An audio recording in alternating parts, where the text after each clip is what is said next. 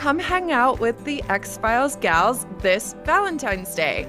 At 8 p.m. EST, February 14th, you will have the chance to ask us your burning breakup and dating questions, have us provide feedback on your dating profile if you're at that stage, play games, and enjoy hanging out on the day of love.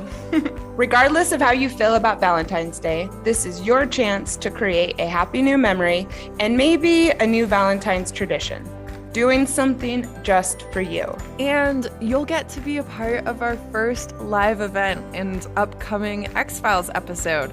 We have a lot of fun things planned for this event, so get the details and RSVP using the link in the show notes or in our Instagram bios. To help you get into a light mood for Valentine's Day, we are re-releasing our first ever happy hour episode. So good. In this tipsy talk, we will unpack the 2010 film Valentine's Day, starring Ashton Kutcher, Jennifer Gardner, McDreamy, Anne Hathaway, and many more. And let's just say I listened to it recently and we tell the world what we really think about this film. Yeah. So enjoy the episode and we will see you on Valentine's Day.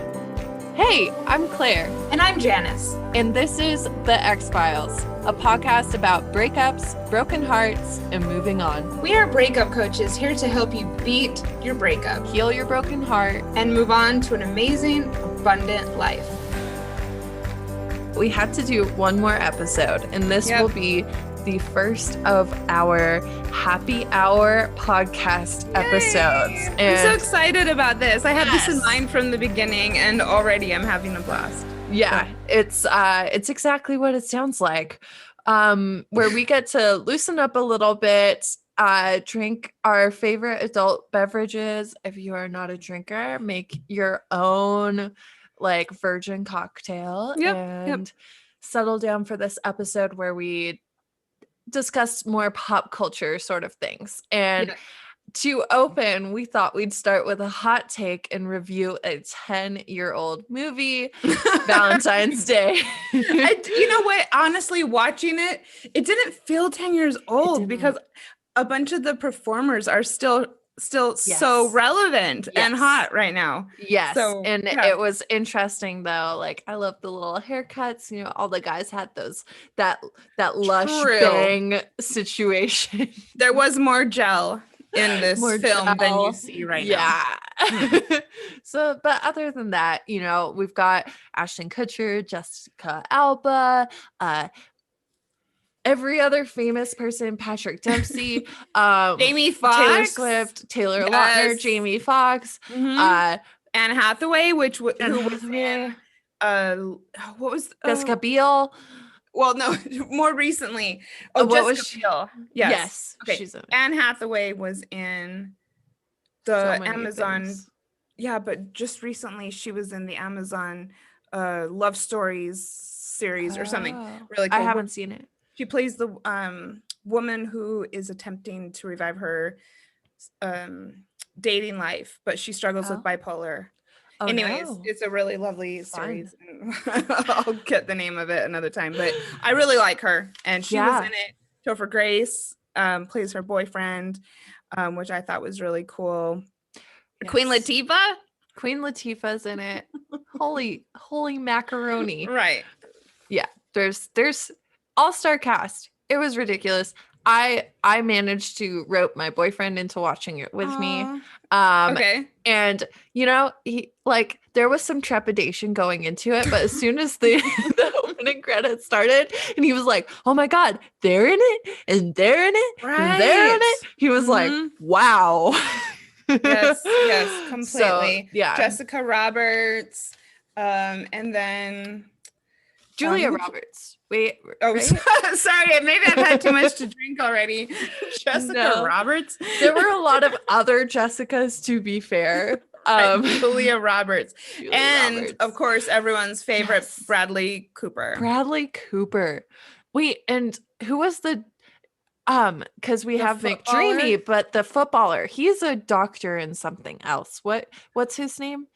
McSteamy. McSteamy and Isn't he also in McDreamy? Is he also in Grey's Anatomy? He might Yes, I be think we have also, yeah. McDreamy and McSteamy in this Oh, movie. wow. I was never Congratulations to that in director. I was never into Grey's Anatomy, but somehow I do know this. Mm, And I'm so that's sorry, awesome. but I don't know the actor's name who plays the I don't footballer. either. But He yes, did a great job. Mhm. And I thought he was like, the hotness level between him and Bradley Cooper, it was totally on point, Oh my God, and talk about surprise ending. I Yeah. honestly wasn't expecting that. It was so good. Do you want to say what you're drinking and then we'll go into Yes. Ashton? So, I can barely contain myself. I am drinking the 2019 Lily Rosé by Folded Hills. It is a Santa Ynez wine. It is award winning. It is incredibly good, very refresh. It's a Almost. white? Or no, it's a rosé. Rosé. Okay. So yeah. I mean, I don't really have tasting notes for you, but it's incredible pretty much every year. And I was lucky enough to be able to order a few bottles before they sold out, because that typically happens in a couple weeks. And it's not one of those fake sellout things where they only made like 10 bottles. It's just everyone loves this wine. And Claire brought this with her from California 6 months ago when you moved to Denver. Yeah. Wow. Okay, I think it's been maybe 5 months, but it's almost 6 months. It's almost 6 months. Wow. I know. Time has gone by very fast and very slow the last year. Somehow at the same time. Wonderful. Cheers. Yeah. Cheers. What are you drinking? So, in honor of Valentine's Day, I am drinking a chocolate cocktail. And everyone write this down because I'm actually quite enjoying it. It's 1 part Screwball, which is peanut butter whiskey, 1 part vodka, 2 parts Lady Godiva liqueur, 1 part cream, and that's that. It's so beautiful. I don't know if I did the best presentation because podcasting, but yeah, podcasting. it doesn't very matter. rich and it is very good. Yeah. You could probably, if you like cinnamon, you could do like a little cinnamon stir stick or something. That could look cool for this episode, because we are discussing more like pop culture fun stuff. We want it to feel like a girls hangout. I was just gonna say the girls movie night is such a fun thing to do after a breakup. And that's one of the reasons that we had this idea to do these happy hours. So cool. All right. So Valentine's Day, the movie. Yes. With about 30 different people who are living in LA. Yes. And we will not cover it all. Of course. Yeah. So we want to discuss like a few things that stood out to us as like coaches. And so we were always debating on like what order we should go into, and we settled on we'll see where it goes. So if we're skipping around, it's because of that. Yep. Yeah. And like I said, we won't cover everyone because like we also said 30 freaking people, 20 maybe, a lot of plots and people. But I guess we could start with where the movie starts, right? Perfect. Okay. Yes. How do we start? We have Ashton Kutcher, who is portraying Reed Bennett. Oh my God. I'm not going to remember any character that I give. Okay. But I was super stoked by the fact that he owns a florist shop because working in a florist shop. Florist. He is. Very cool. It's always been like my dream part-time job to work in a florist shop. And he owns the Sienna Bouquet. All right.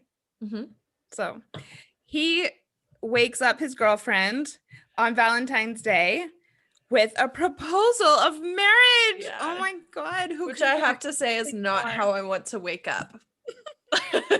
I'm so like, I'm rushing to the bathroom to brush my teeth and then we'll talk. Yeah. But also, okay, now we're getting into it. Okay. I wasn't that keen on his proposal being. No. My dad always told me that if I dated a girl who was too good for me, that I should ask her to marry me. Yeah. No. No. And why is that a no for you, But Janice? it's just kind of sad. It is. I don't know. It's like way to start from underneath, you know? Yeah. And it's like, it's not, you should believe in yourself. You are Exactly. What worthy the hell? of love. Like he's, a small business owner. He's managing to like do pretty well, it seems like. And like just because she's like in some unknown corporate career. Exactly. She's sexy and she wears high heels. Yeah. And she's aloof and she has some unknown hot job. Yeah. Is all we really know about her, unfortunately. And she seems like she doesn't seem like revolted by the proposal, but she's not visibly excited. She's doing the bare minimum, and he's reading into it as he wants to. He's seeing what he wants to see. And they actually, I don't know how recently this was, and I don't have anything to cite for you right now, but they talk about how there's the fear responses. So there's fight, flight, and they've named a third one is fawn. And that's where you give the other person exactly what you think they want as a way to cope with a situation you don't know how to handle and minimize the discomfort. Yeah. And I see her doing that fawn response. She's giving him exactly what he wants while she thinks about what she wants. Instead of saying, can I think about it? Yeah, because and this is the thing about Valentine's Day and about these grand sweeping gestures that people do is it's people have expectations of how they want it to be. Exactly. And because these are important moments, and when you do this grand production, it can border on manipulative. Yes.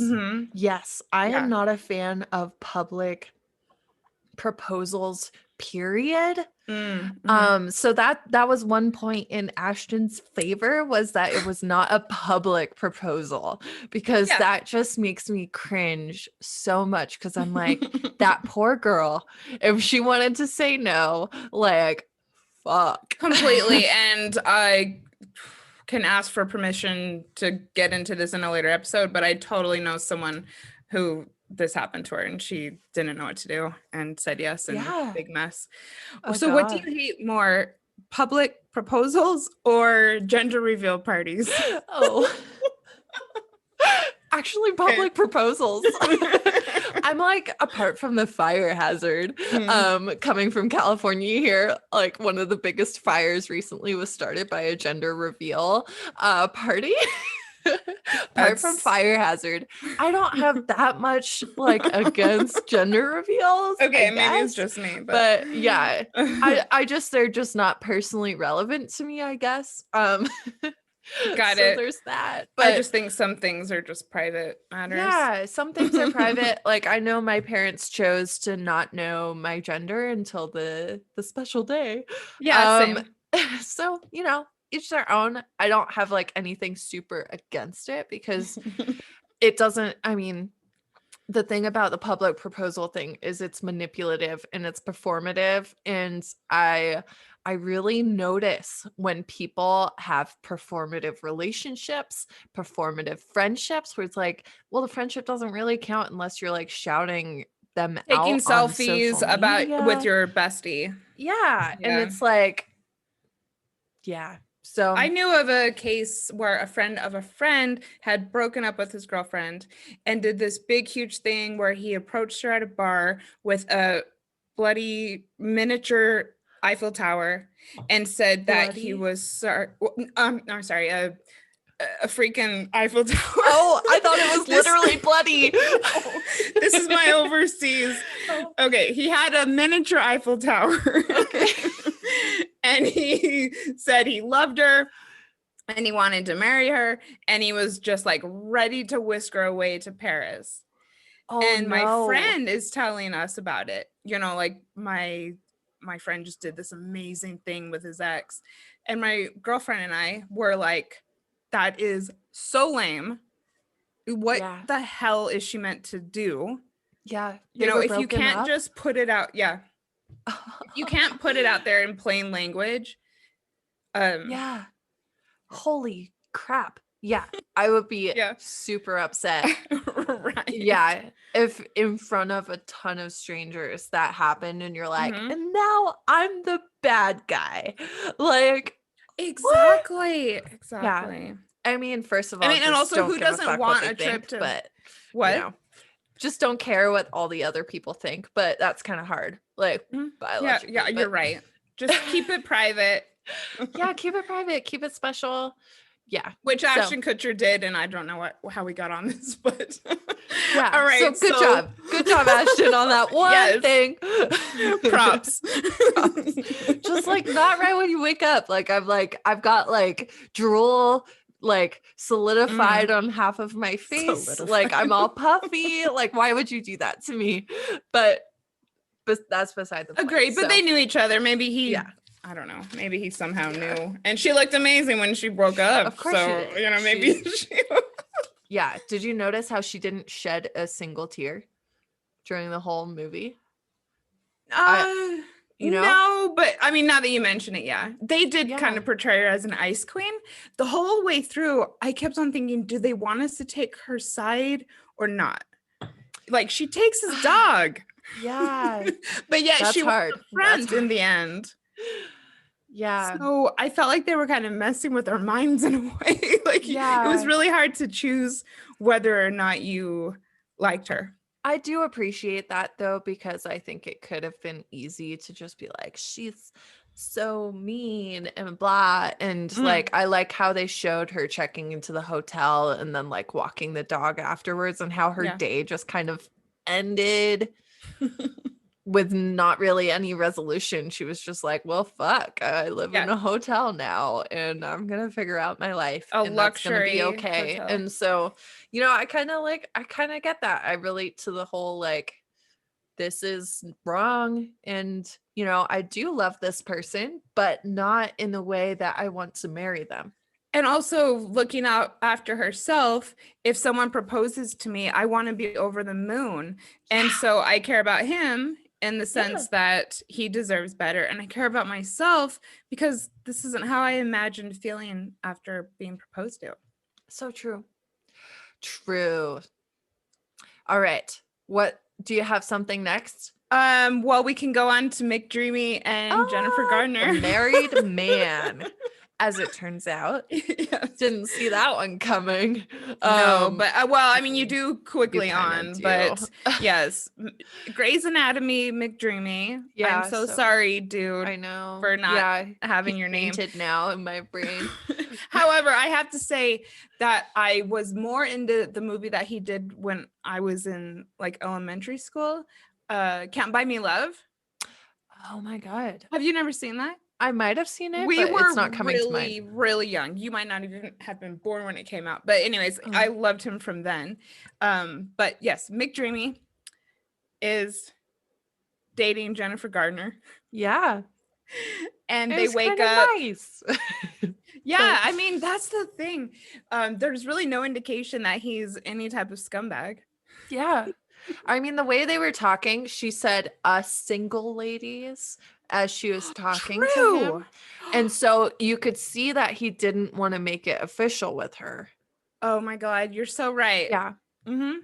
Yeah. So there's that. But, you know, it seemed like from the way she was talking to Ashton later, because they're friends, they're besties, is that, you know, she's like letting him take it slow, and like, you know, she's kind of waiting for him to feel comfortable with more than just the she wants, I guess.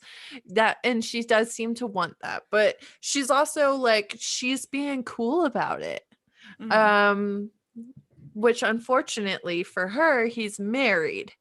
And so I have two notes. First, I just want to point out that she said that Valentine's Day is a giant cosmic bitch slap to the single people. Yeah, and I'm sure we all feel a little bit. Well, but you don't have to if you're listening. You don't have to. You can be drinking and enjoying it. And Exactly. then right back to what you said, he seems so nice. Yeah. And then he gets to the freaking florist, and he is such a dick to Ashton Kutcher. Yeah, he like skips the line. So first point against him, like they did that for a reason. They're like, oh, he's entitled because he's a doctor. Yes.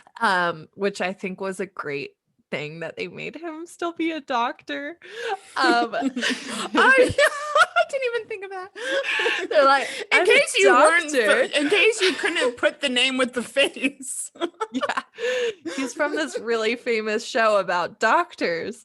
So I just thought that was funny. And then yeah, so he skips the line, and then he's like, I need 2 bouquets, one for each of my ladies or something like that. And Ashton's like the mask is off. Oh. He's like, okay. And he's like, okay, there's a code about this. Like, okay. But then he gives him the names. And this is where my boyfriend was like, there is no way I would be that calm if my best friend was one of the names. He's like, I would fucking like that. Like, I could not hold it together and like pretend I didn't know any and of then these go people. and speak with my friend and coworker And about not how tell should I her handle too. this. Yeah, exactly. It's just like, you know, plot spoiler. So if you don't want spoilers, I don't know what you're doing here, but you know, eventually it turns out that like he and his best friend are the ones that should have really been together. But if you're meant to be with someone and be their person and like protect them, there's no fucking way you would go through a whole conversation without blurting out what you know. You can just tell in his head, he's like, oh shit. Oh shit. And then he doesn't do anything. Yeah. Yeah, which is weird because it almost is like, well, this would have been okay if it's not my best friend. Oh, you're right. Yeah, I know. Yeah. Some protection. Yeah, so that's interesting. Yeah. And then my other point about how McDreamy was such a douche at the florist shop is that when you're honeymooning with someone and waking up in their fancy condo in the first 6 months, they will probably be putting on their first face. Or, sorry. Their best face? Their best face. And their first. And their best. Their first face. Their best face. And so... often correlated. Right. Sorry. I keep interrupting you. You don't really know what they're like. Yeah, exactly. That's the thing is whenever someone comes to me and they're like, well, it's like, we've been really trying to make this work. And it's been like 2 months. And I'm like, it's only going downhill from here. Like, I guarantee it. Yeah. So you want it to start out fucking amazing as it should so that you can reach like a acceptable and still fulfilling level of relationship. You don't want to be efforting to make it okay in the beginning because it's going to end up terrible. Like, and relationships are work, but it's not meant to always be hard work. Exactly. And especially if that's how you're starting out. No. Not in the beginning. Yeah. Yeah. All right. So poor Jennifer Gardner. Poor Jennifer. So do you want to talk about her public outburst now, or should we circle back? Oh, yes. So she confronts him in a very non-literal way, which I just want to say kudos to the wife for not writing her off as a crazy person. Yeah. So what did you think about that? Yeah. Well, the wife did seem very collected in a lot of ways. And I get the idea that maybe she doesn't see her husband that often anyway. And so it might have just been confirmation of what she already knows. She seems like she seemed like she was used to a life of luxury and seemed like she kind of knew like what she was they doing. had an understanding. Yeah, maybe. Yeah, that's what I thought too. And so, you know, but at the end, because we don't see the wife like except, you know, lose her shit. Gardner comes in, she's like, here's what happened, but very metaphorically. She's just Yeah, like, so she you says, chop up the dick of the pig or something. And there was a lot of metaphors. And then she walks out and like tosses the mic drops. fake waitress thing to the side. And everyone kind of knows what happened. But we don't see the wife like turn to him and be like, what the fuck? I also love how Jennifer Gardner, as an elementary school teacher, just has all these connections all over town. Yeah. People who love her and want to hook her connected up. Right. Because of all their kids. Right. The like, oh my God, I have to say the most realistic part was that one kid who always had his shirt over his head. That was like literally the most realistic part of the movie. I'm like, yes, exactly, yes. Everyone knows that kid. Yes, this is certainly not any reflection of life that I am familiar with or have experienced. Yeah. But do you want to touch on what I told you earlier about how how Jennifer Gardner knows that McDreamy is at the bistro? Oh, yes. Okay. So this is a conversation. This was wonderful. She flies from LA to San Francisco, where he says he is. He is not. He's still in LA. He like literally lies to her. It's fine. Normal. Yes, literally. For a cheater. And so she flies to San Francisco and visited the hospital where he's supposedly doing open heart surgery on Valentine's Day, and happens to like find the cardiac center-ish place and meet a nurse that knows him by name.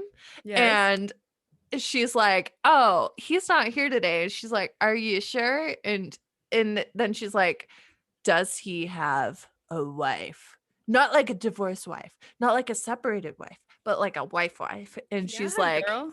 Yes, they've been married for like 15 years. And she's like, oh, and there's an older nurse watching, and the older nurse walks out. And we watched this separately, but we both had to repeat it over and over to figure out what she was saying. So I wish that we had a timestamp, but anyone who's listening and watches this, please go back to the point where Jennifer Gardner finds out from the nurses, and please tell me what the older nurse says to her. What does she say? She goes up with a very loving and concerned look on her face. She's like, it is inaudible. But after, should I say first what I thought it was? Yes. Okay. So I thought, oh, wow, like important part of the movie. You know, I'm taking notes for my podcast episode. And so I thought, oh, odd. We wound it, listened to it up again. And I thought I knew what it said. And I thought that this concerned nurse was saying, be strong, darling. Comma. Early seedling.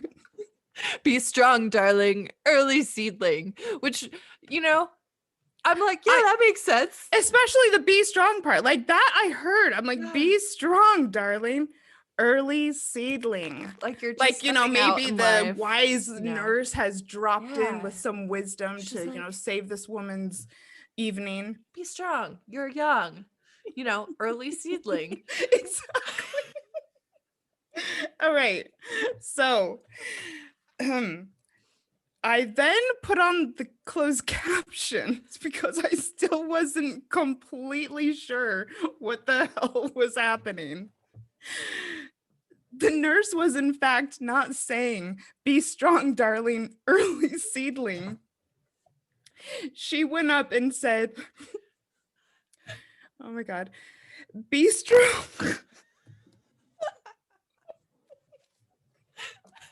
Oh my God. Okay.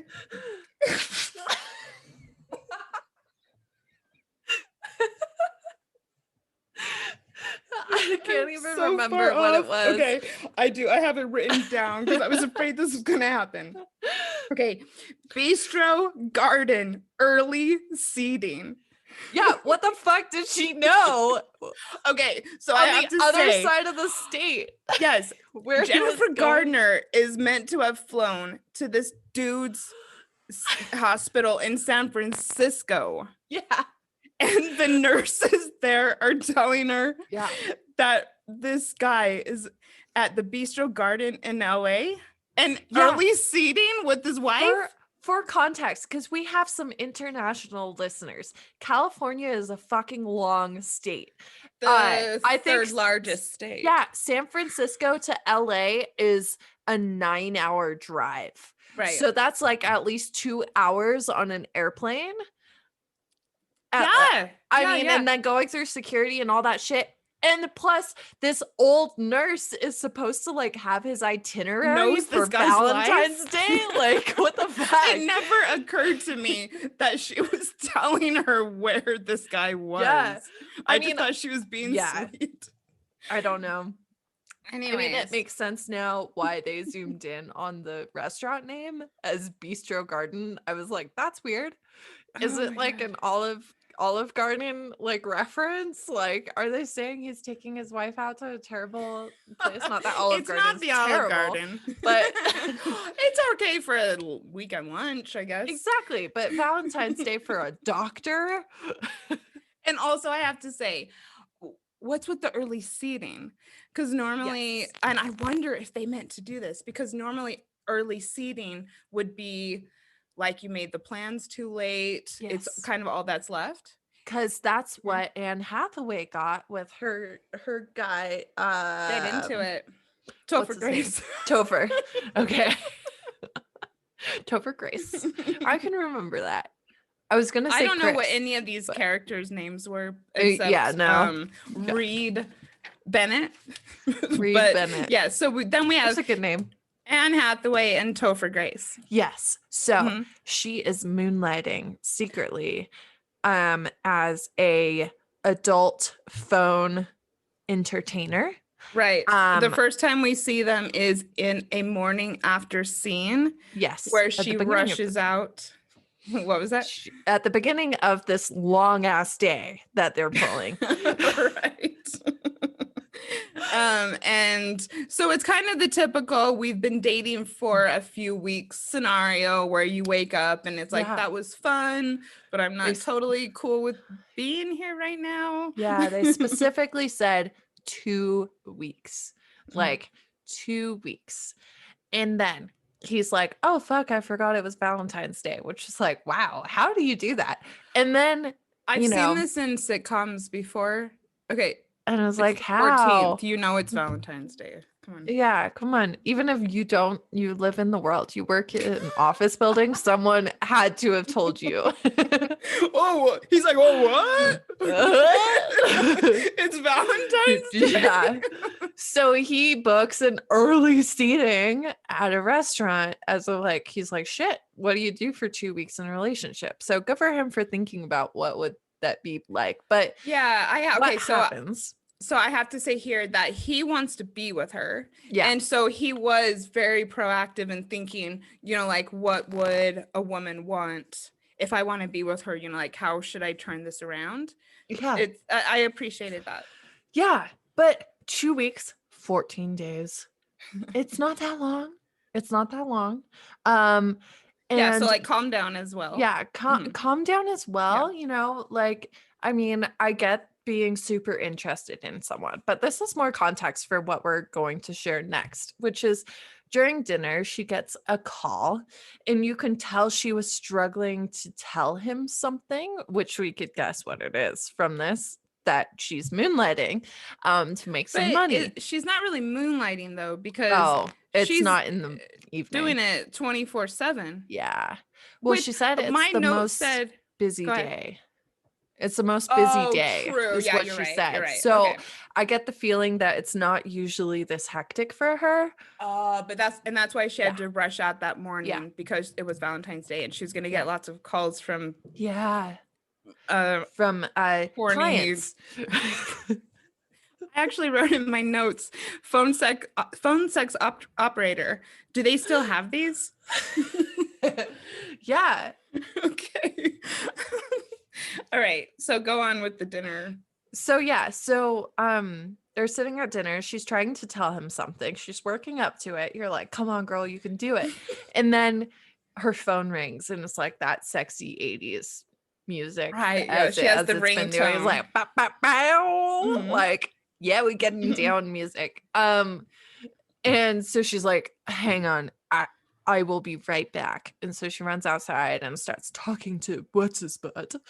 Was this the one with the Southern accent? Yes, this was a Southern accent. There I were really various enjoyed her characters. personalities. Yeah, she was Right. very good at her job. I know. Should Like be proud. all power to her. Yeah, great Mhm. job. She's Can rocking that definitely job. see that as an English major. I can relate. I'm like, yeah, fuck yeah, good job. Mhm. Yeah. She really had the backstories of all the characters and Yeah, their motivations. there was some depth. There was some depth. For sure. But she's trying to get her client to be satisfied outside. And he comes out and he's listening and he's like, Topher Grace is "What?" listening. Yeah, Yes, it seems because- like he's gonna be cool about it at first. Mhm. At first he's like, oh, is that what you do? Interesting. He seemed interested at first. And they did have some backstory that he was from like Kentucky or Indiana. Oh, and see, I have to say that really annoyed me. Yeah. They kept on getting back to this point about he's from Indiana. He doesn't know any better. He's like all sheltered and shit. But I mean, how many times do we know where any of these other characters were from except Topher Grace? They must have mentioned it a dozen times. Because they're trying to justify his reaction, which was he lashed out at her for her keeping this from him, which I want to say he's known her for 2 weeks. He is not owed a description of every way that she makes money after 2 weeks. Yeah. It's not like she's endangering his actual like sexual health. Like if she was a sex worker, his like ego, I feel like maybe. that would be owed it. But there's a level of this is a lot of information. I have to think about it. Like, thank you for finally telling me. And then there is saying, I'd call you, but I don't know if I can afford it. And I have to say, like, even the look on his face. Yeah. Ladies, if this happened to you and someone just switched like that and said something super insulting with a serious and smug look on their face without giving it a second thought. Yes.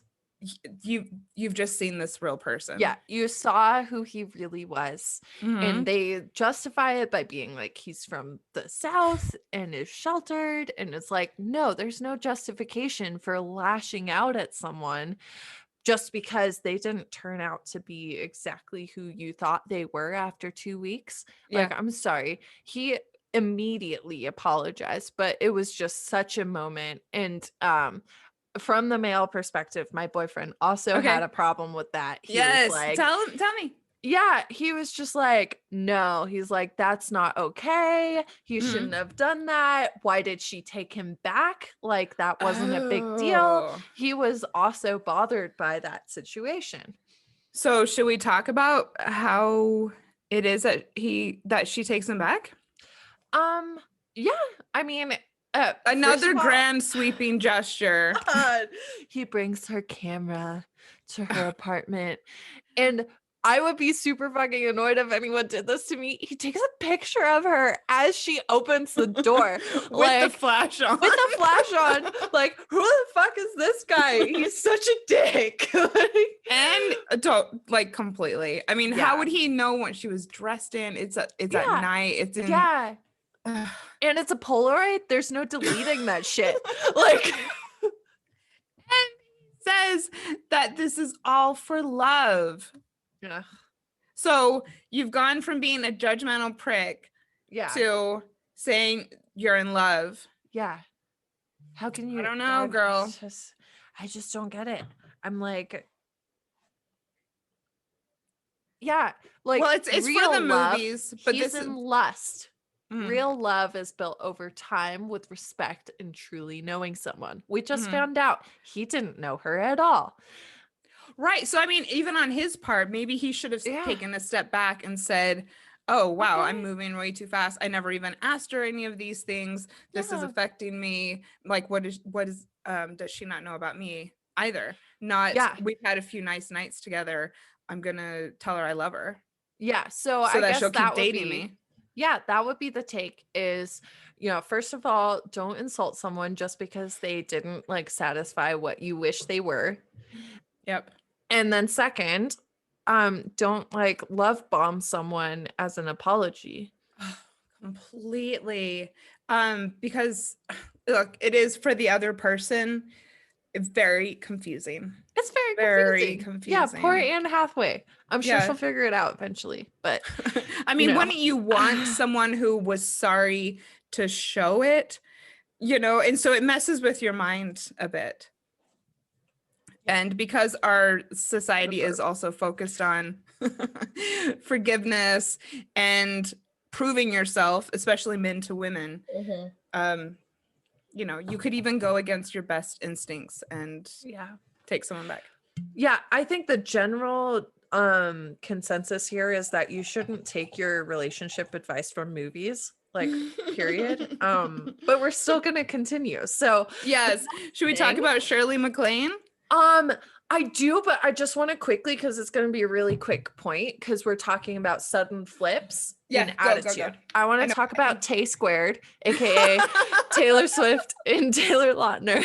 So I was never like such a big fan of hers, but I know that this was a really big thing about this movie, and she was adorable. She's adorable. I don't think that this was the best role for her.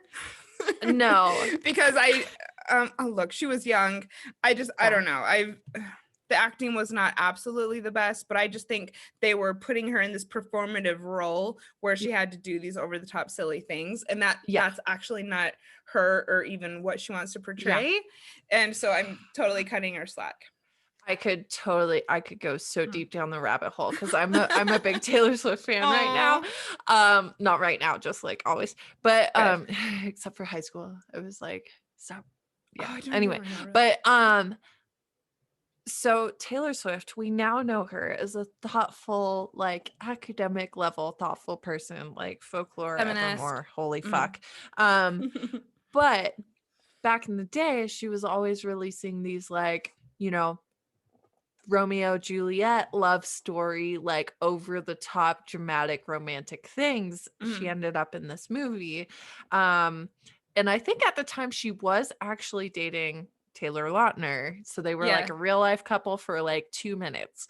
And can I just ask, he is from Twilight, right? Twilight. Okay. Oh, which we should I've rewatched Twilight in the last 2 years and it's horrifying. So it's horrifying. I kind of boycotted it because of the author's religious affiliation. Oh yeah. But was LDS. Yeah, I know. I've read like papers on all of this stuff about how her religion influenced the books. Yes. Yeah, the saving herself thing. Okay, we're gonna do a Twilight one. Yeah, I actually do old movies. Know of relationships that I've broken up because of Twilight. Are you serious? Yes. Because of like not liking it or because of like intellectual conversations about how bad it is? No, because of the female wanting that type of romance and getting so into the books and the movies that they were just kind of taken out of reality and that their actual husband could not, give them this type of my God. Reality. That's so bad. I agree. And yeah, because that's like the middle level of understanding of it. Like, because the like, the Mormon side of it is, she was literally going to die if they had sex. Like that was like the whole thing. But Wow, that's really so interesting. I'm writing this down. Yes, That we we'll have do to. Damn it. a Twilight series. Fuck. And I Okay. will at least watch the films. I don't know about the books. No, the books are better than the films, but okay. don't torture yourself any more than you have to. But okay, so Tay squared. Taylor Twilight. Taylor Twilight. Okay. So he was a wolf. I don't know. So Taylor Swift and Taylor Lautner, they're in high school. They have like this very shallow relationship where she's like, I like him because he's an athlete, and he's like, isn't she hot? Which they've like got chemistry and things in common, and they're 17. chemistry. Yeah, they're 17. And so but there was one scene which reminded me of the sudden flip thing, where she gives him his jersey, and he's like, this is my jersey, and then she flips it over. She's like, oh, it's got the number 13 on it, your lucky number, and he's like, that's your number. Mm-hmm. And she's like, she has it written on her hand. She has it written on her hand. That's why does she love 13? It's Taylor Swift's lucky number. So it was like a Taylor Swift reference throughout the whole thing. Okay. Yeah, so she's like playing a character, but she's still kind of herself. I don't know. High school. But he's like expresses maybe a little bit of not being absolutely thrilled about the gift, and she boom, U-turn is like, you don't like it. Mm-hmm. Like, and you could just feel the guilt. She's any people pleaser, anyone with any tiny little bit of people pleasing would have been like, oh God, horrified. Yeah. And he does. And he's like, oh, I'm sorry. Like, I forget what he says, but he calms her down and she flips back to being happy. But that just like that for me rang of like emotional abuse and manipulation. Yeah. And also, so Taylor Twilight, I would say, would be showing some signs of codependence in the sense that he is acting in a certain way in order to get the end goal, which is like love and acceptance from her, even though he doesn't like the gift at all. And frankly, why should he? It's kind of an insult. It was a horrible gift. You know, you have every right to be insulted. This will remind you of me, but it's like really like you're marking your territory. Yes. And he did such a sweet thing for her.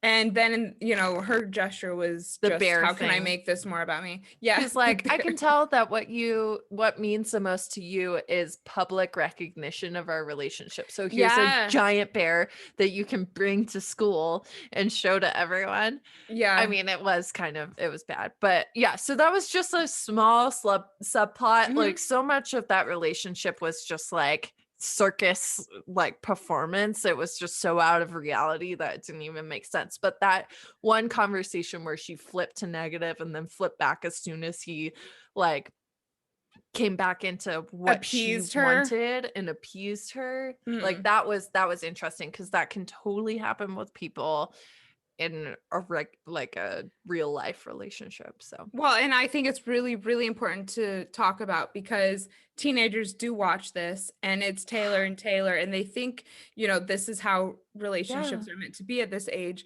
And then it does end with this cute scene of them kissing, which was very touching. You know, it did make me think, you know, of my teenage boyfriend and how like the feelings he gave. Young love. And then the movie ends with the Taylor Swift song of Today was a fairy tale. Today was a fairy tale. Yeah. And so it sends the message that this is kind of a normal and a ideal way. Yeah. And I actually dumped my first boyfriend and my only high school boyfriend on Valentine's Day. So for me, it was kind of funny. Yeah. But, there's that. Yeah, they should be portraying stuff like that. I was nostalgic. I guess. Sorry. Yeah. So there's that.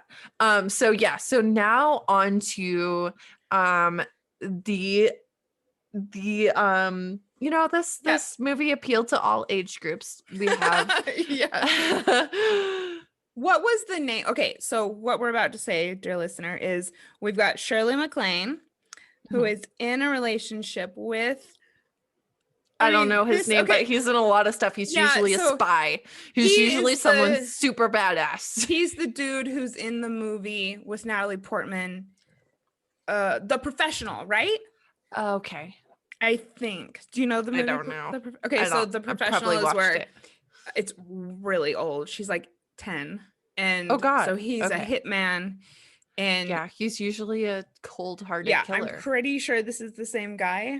And if it's not, we're gonna get blasted in a couple years when everyone listens to this and says that we're ignorant. I think that he was, I mean, I think they played off of that because they were like, actually, he went away for a while.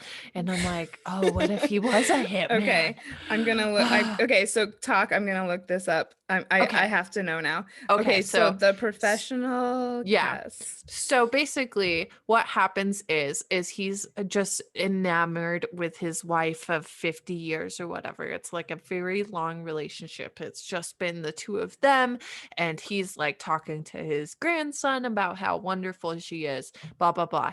And for some reason 20 years later she comes out and tells him, I cheated on you once. I cheated on you once while you were away on business. And he, you know, is obviously upset and leaves the house. Later goes to the cemetery showing of some movie that she was in because she was like a silver screen star. And, you know, he had some thinking to do about the fact that she had cheated on him apparently once 20 years ago and hadn't told him until then. Yeah. And so, how this comes up is they're telling the nanny that she says, well, you know, what are the chances of two people only being with each other? Which I have to say, for a 17-year-old, that is very freaking healthy way to look at things. Like, I was like, yeah, of course. If she had two people being together forever. She says it's not like if I sleep with my boyfriend. Oh, I see. I thought you meant the opposite of like, no, as a high schooler, she should believe that she'll be with her boyfriend forever. Yes. Yeah. She's actually taking a very mature standpoint and being like, yeah, we're going to go away to different schools. We're going to have different experiences. We might not have that much in common afterwards. Like, who am I to be like staking everything on someone who's 17, 18 years old? No, 18, because they're like, we're legal, we're gonna spread this around that we're only having legal sex in this movie.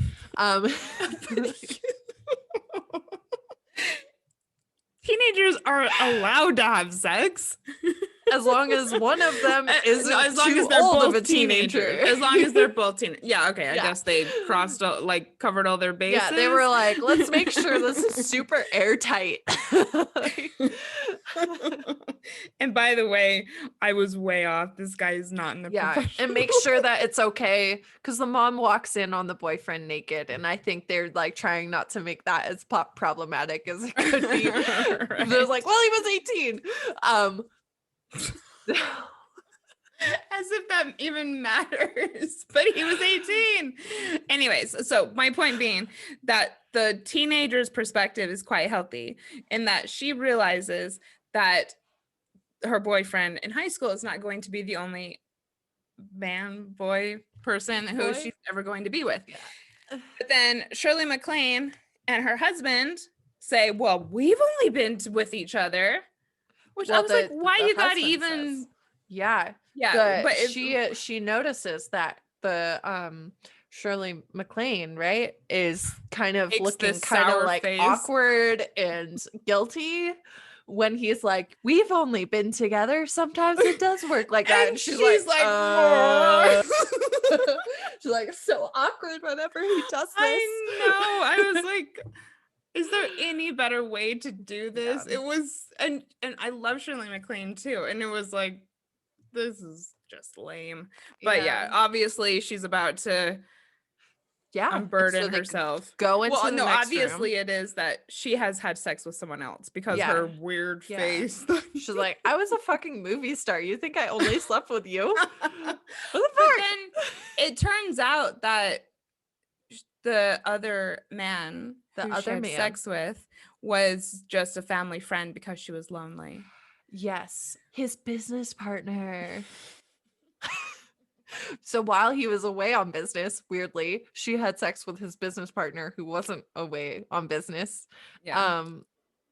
So yeah, so that's Because weird. they were But so lonely. Or she because was she so was lonely. lonely. Said she was so lonely. And she said it was very short and it ended as soon as he came back. And so it was more than once, it seems. But 20 years on. Yeah, so let's talk about that's this. our problem. Yeah. Mm. So my question is, after 20 years, and she said, according to the script, that she never did it again. And she knows how. Time. And they're about to renew their vows, by the way. Her husband, they seem very happy. Yeah. But yet she just has to get this out there. Yeah. So I was a little like, I don't know, it feels a bit selfish. Yeah. It's like she's trying to make her conscience feel good. Yeah. And in order to do that, she's putting this person through like emotional turmoil. Right. That she should have. Like, we're not saying, oh, you shouldn't tell someone when you cheat. You should tell someone when you cheat. Yeah. Immediately. When you cheat. Yeah. If you want to be like somehow a better human being, like, or more ethical, that's, I mean, first of all, it is unethical to cheat if you have an understanding of a monogamous relationship. Right. We're supportive of all sorts of things. But if you have the understanding that it's monogamous, then yeah, you need to fess up then. Like, you kind of need to make a decision. Later. Right. And they made it out to be like this was such a one-off. Yeah. So she drops this bomb on him and he's understandably upset. He says that this one thing makes the whole relationship feel like a lie. Yeah. He keeps his cool. I mean, he really, does. You're because he's a hitman, as we know. I was gonna say, people are going to hate us. I don't think it's the same guy.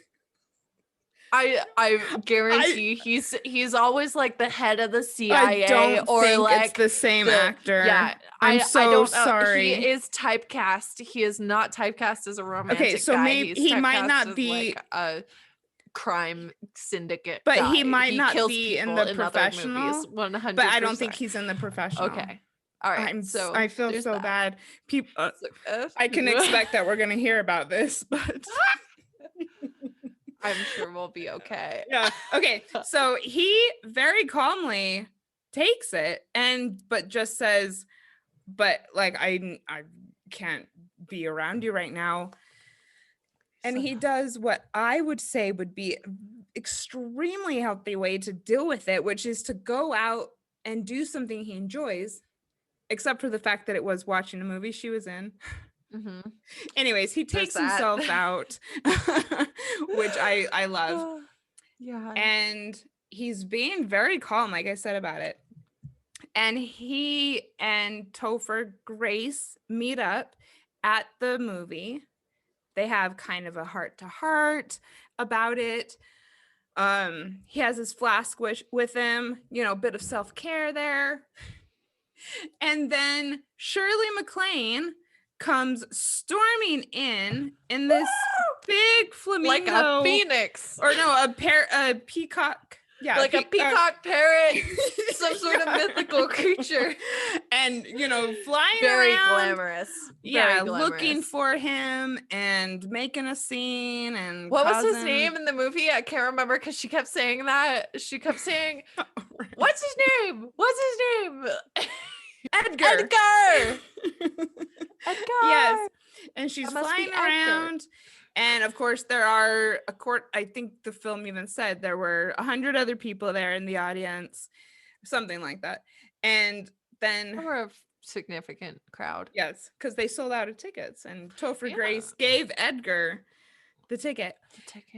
And so Shirley MacLaine finds Edgar and says, I know that you're disappointed with me, but being in love means that you accept every part of a person. And so you've got to accept this part of me. Yeah. I was like, no. And of course, he says, of course, I love you. And they kiss and everyone claps. And I mean, maybe there will be follow-up conversations for their relationship. I don't know. But it seemed like all was forgiven and all was better after 2 hours apart and a romantic reconnection in a cemetery in front of a crowd. Very cinematic. Yeah. Literally and figuratively. Yeah. I mean, we get it because she's all like glamorous and like silver screen, and she she's made like the swooping gesture, so she must mean it, right? Which is, I think, what this movie puts across is that it has to be public, it has to be huge, it has to be maybe that's why Ashton didn't get his fiance, because it wasn't a public oh my god thing. Totally. Maybe it was private and therefore she was like, I'm out. And that's the message is right. That and we disagree. Yes. I did not. This was probably my least favorite part of the movie when she did this. Yeah. Terrible. Because he had every right to be upset. Yeah. Cheating and breaking vows. Yeah. Cheating and breaking vows is not a part of who you are intrinsically that someone has to accept. Exactly. Especially when it's 20 years ago. It's just, and I think once trust is broken, it's hard not to be like, well, you say it was only once, but like, how am I supposed to trust that anymore? Absolutely. Yeah. And I'm not saying that they needed to completely break up, but the film putting it out there that this is the way that you solve things when you cheat on your husband. Yeah. No. I get that they were like, we got to tie up these loose ends in one day because we named it Valentine's Day and it was like morning to night. But still. Yep. I think the point is that the pop culture has such an influence on how we actually think about things. I will completely admit that I was influenced by pop culture growing up. I watched Saved by the Bell, The Wonder Years. Like I thought that to be cool, I needed a boyfriend, and I got it from these shows. And so when you put messages out there, you at least need a new breakup podcast to critique it. Because this is not real life. And tell you. And that you need them to tell you, be strong, darling, early seedling.